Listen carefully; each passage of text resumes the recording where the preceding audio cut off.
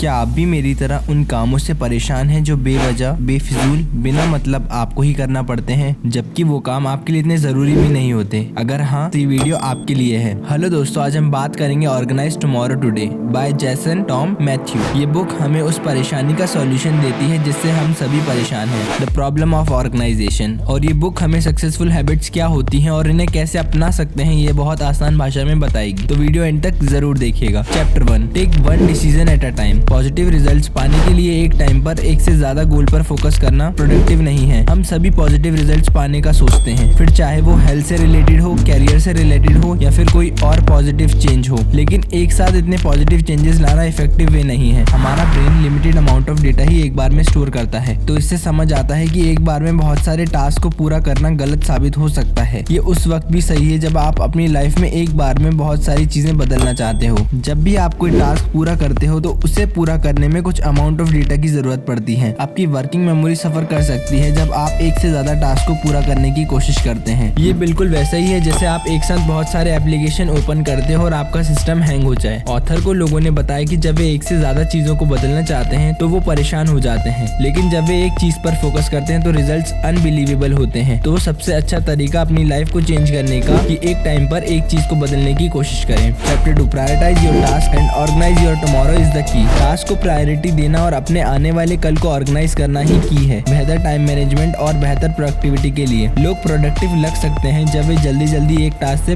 दूसरे टास्क पर जाएं या मल्टीटास्किंग करें, लेकिन इस तरह का बिहेवियर उस पर्सन की ओर इशारा करता है जिसकी टाइम मैनेजमेंट अच्छी ना हो। प्रोडक्टिविटी को पाने का सीक्रेट है कि आज को सही से ऑर्गेनाइज करें। इफेक्टिवली ऑर्गेनाइज करने का मतलब है कि 3 ऐसे इंपॉर्टेंट टास्क को प्रायोरिटी दें जो आप उस दिन अचीव करना चाहते हो और उन टास्क को टाइम के साथ शेड्यूल करें। फिर उन तीनों टास्क में से भी सबसे इंपॉर्टेंट टास्क को निकालें जो उन तीनों में एकदम मेन है। आप ऐसा करके उस एक टास्क पर फोकस करेंगे जो सच में इंपॉर्टेंट है और उस एक काम को करने के बाद आपका कॉन्फिडेंस बहुत बढ़ जाएगा। ऐसा करके आप गोल्स को पूरा कर लेंगे, लेकिन 3 इंपॉर्टेंट बातों का भी ध्यान रखें। एक बड़े प्लान को छोटे छोटे और बहुत मैनेजेबल तरीके से मेंशन कर लें। सेकंड, प्रायोरिटीज और बहुत समझदारी से लिस्ट बनाएं आने वाले कल के लिए। अपने सबसे इंपॉर्टेंट कामों को रात में ही डिसाइड कर लें और ये श्योर कर लें कि आप उन कामों के लिए समय निकाल लेंगे। थर्ड, अपने प्लान को लिखें क्योंकि ये पॉसिबिलिटी बहुत ज्यादा है कि अगर आप सिर्फ याद रखेंगे तो चीजें भूल सकते हैं, इसलिए अपने प्लान को जरूर लिखें। Chapter 3, enhance your time and work productively. क्या आप कभी अपने कामों को देखकर सोचते हैं कि काश मेरे पास 24 घंटे से ज्यादा होते तो मैं ये काम कर लेता? इस बुक में 4 ऐसी टिप्स दी हैं जो हमें हमारे टाइम को बहुत अच्छे से यूज करने में हेल्प करेगी। Tip 1, don't waste too much time. हमारे छोटे छोटे डिसीजंस बहुत टाइम वेस्ट कर देते हैं जो हमारे बिना चाहते हुए भी हो जाता है, इसलिए अपने सोशल मीडिया को भी चलाने के लिए समय बनाएं। टिप 2, प्रोक्रास्टिनेशन, टालने की बीमारी।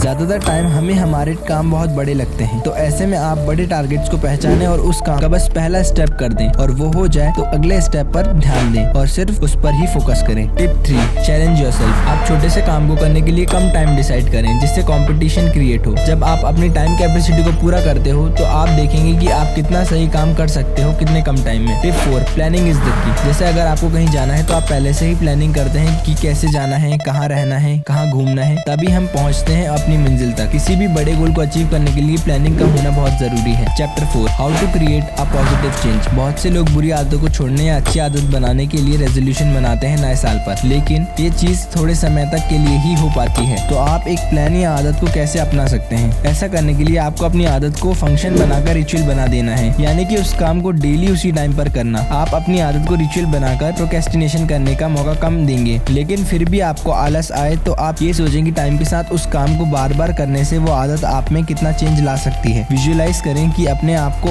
उस अच्छी आदत को अपनाकर कुछ समय बाद आप कितने प्रोडक्टिव और पहले से बेहतर बनेंगे। आदत बनाना लड़ाई जैसा है, खुद से खुद की लड़ाई। जो आप जीतेंगे तो बेहतर बन जाएंगे और अपनी बातों पर कमिटेड रहेंगे। आप ऐसी छोटी छोटी लड़ाइयाँ जीत के हेल्दी प्रोडक्ट और सेल्फ कॉन्फिडेंस वाले व्यक्ति बन सकते हैं। Chapter 5, be uncommon to achieve your goals. लोगों का कॉमन होना उनकी परेशानी का कारण है। कॉमन लोगों में ऐसे लक्षण होते हैं जो उन्हें अपने गोल्स को अचीव करने से रोकते हैं, लेकिन अनकॉमन लोग उन लक्षणों से बचे हुए हैं जो उनके सक्सेसफुल होने का एक रीजन है। कॉमन लोगों की एक आदत जो उन्हें सक्सेसफुल नहीं होने देती वो है आलस, बड़े सपने ना देखना और अपने गोल के लिए काम ही शुरू ना करना। ये सारी चीजें उन्हें रोकती हैं आगे बढ़ने से। अनकॉमन लोग इन चीजों को जानते हैं और इन आदतों से दूर होने की कोशिश करते हैं। वो ये काम ना करके ही अनकॉमन बनते हैं। हाँ, ये मुश्किल है, लेकिन ये चीज करके ही वो बाकियों से अलग बनते हैं। एक छोटी सी बात याद रखिएगा मेरी, if you want something extraordinary in life so you have to do something extra. यदि अगर आपको अपनी लाइफ में कुछ एक्स्ट्रा ऑर्डिनरी चाहिए तो आपको कुछ एक्स्ट्रा या अलग करना ही पड़ेगा। Thank you so much for being till the end. मैं ऐसे ही इंटरेस्टिंग और अमेजिंग वीडियोस लाता रहूंगा। पुराने वीडियोस ना देखें तो लिंक डिस्क्रिप्शन में है, जरूर देखिएगा। और हाँ, ये वीडियो शेयर कीजिए अपने दोस्तों के साथ। तब तक के लिए stay healthy, stay happy and stay